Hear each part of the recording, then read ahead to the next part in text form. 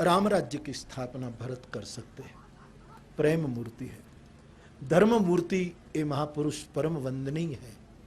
लेकिन उसी क्षण, उसी समय, दूसरे दिन सुबह में राम राज्य नहीं हो पाया, क्योंकि इन दो महापुरुषों की गति केवल धर्म तक थी, धर्म तक ये पहुंचे थे।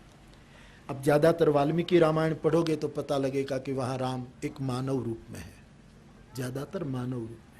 रामचरितमानस में भगवान राम ईश्वर है, लेकिन ईश्वर होते हुए उसने लीला केवल मानवीय स्तर पर की है। सभी लीलाएं बिल्कुल मानवीय स्तर पर की है, क्योंकि राम चाहते थे कि मैं ऐसा कुछ करके बताऊं ताकि सामान्य से सामान्य आदमी भी उसी धर्म के सार रूप को ग्रहण कर सके। इसलिए ईश्वर हो, तुलसी का राम मुझे दो टुक कहने दो, ईश्वर है, लेकिन अपने ईश्वरत्व को वो खोलते नहीं है। मुझे कोई जवाब दे सकता है कि राम ने रामचरितमानस में कोई चमत्कार दिखाया?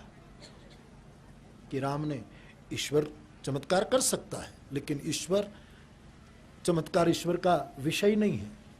कोई चमत्कार दिखाया राम ने? और उनके सामने रावण देखो, बहुत चमत्कार करता है साहब। कोई नासमझ आदमी पसंद करे ना तो रावण को पसंद कर लेगा, क्योंकि आजकल लोग कसौटी चमत्कार से करते हैं कि बाबा महान कितने क्या क्या चमत्कार किए तो बाबा महान, और ईश्वर के ने क्या क्या करिश्मे दिखाए तो महान। तो चमत्कारों से यदि ईश्वर का नापना है तो रावण रामचरितमानस में बहुत चमत्कार करता है। राम कभी भी आकाश में चलते दिखे? आकाश से भगवान निकले नहीं दिखे कभी नहीं। बलि की यज्ञशाला में 3 कदम में ब्रह्मांड को नाप लिया, क्या वो सुरसरी गंगा नहीं नाप सकते थे? लेकिन ईश्वर होते हुए मानवीय रूप में धर्मसार तक सबको पहुंचाना चाहते थे, क्यों नहीं किया?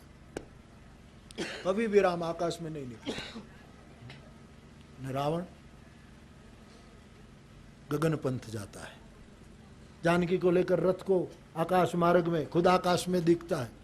राम कभी भी रामचरितमानस में रावण का रूप नहीं ले पाए। रावण महात्मा भी बना, परमात्मा का भी रूप लिया, और जीवात्मा तो था ही,